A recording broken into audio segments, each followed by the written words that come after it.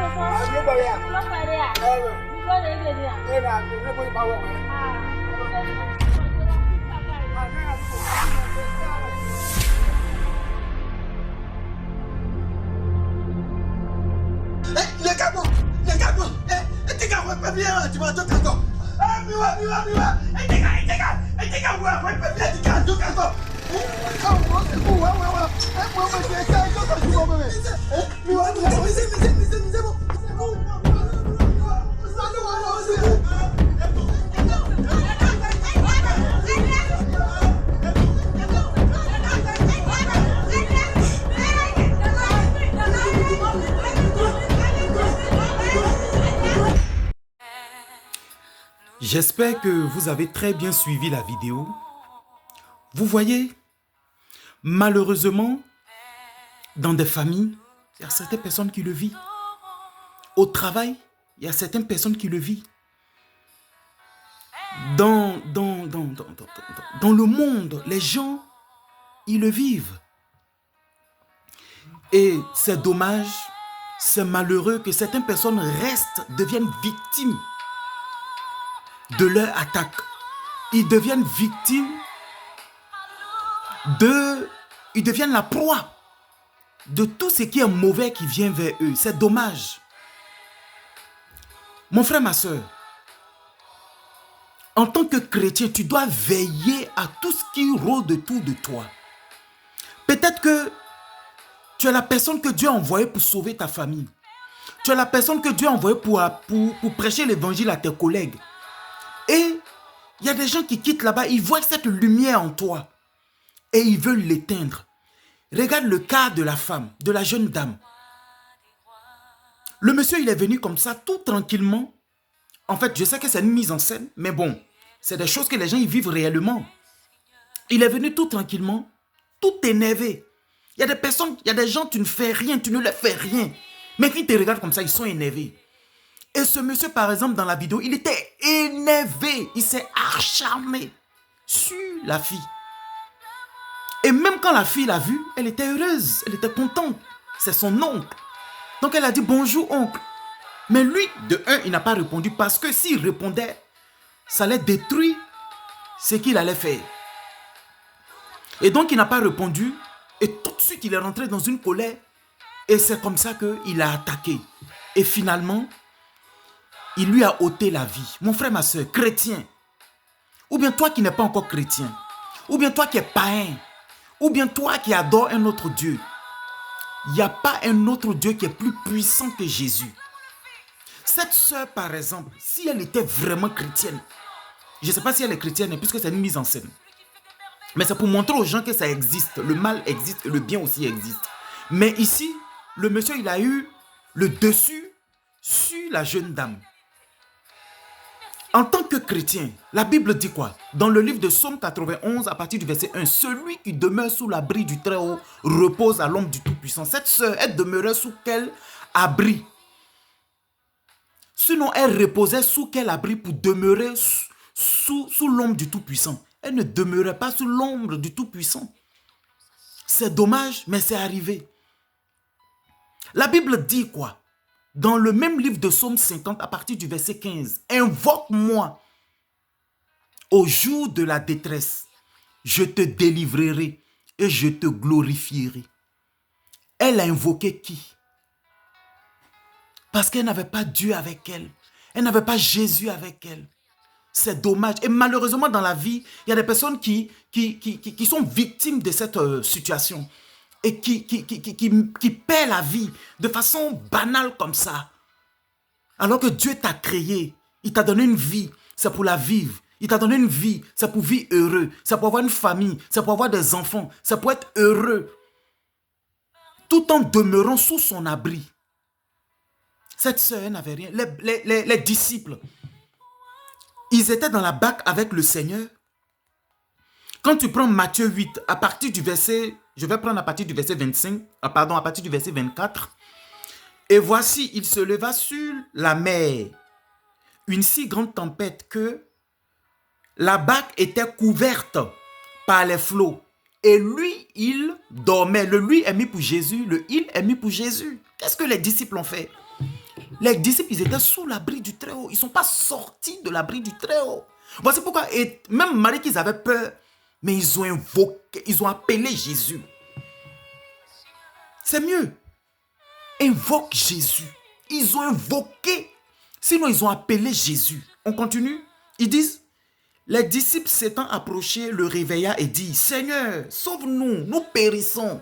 Cette sœur, elle devait invoquer le Tout-Puissant. Si elle était chrétienne, elle devait invoquer celui qu'elle adore. Le Dieu Tout-Puissant, celui qui a créé la terre, la mer, les eaux et tout ce qui s'y trouve. Je descends au verset 26. Il leur dit, Jésus s'est réveillé. Quand il s'est réveillé de son sommeil, il s'est réveillé puis il a parlé aux disciples. Pourquoi avez-vous peur, gens de peu de foi? Alors il se leva, menaça les vents et la mer. Réveille ton Jésus, il va menacer tout dévoreur autour de toi. Et c'est ce que la sœur devait faire, mais elle n'a pas eu cette réflexion, puisqu'elle n'est pas chrétienne. C'est vrai qu'il y a des chrétiens qui portent le nom chrétien, mais devant cette situation, paf, ils deviennent une victime, ils deviennent une proie. Mon frère, ma soeur, réveille-toi. Jésus, il est avec toi. Il ne t'a pas abandonné. Persévère dans la prière.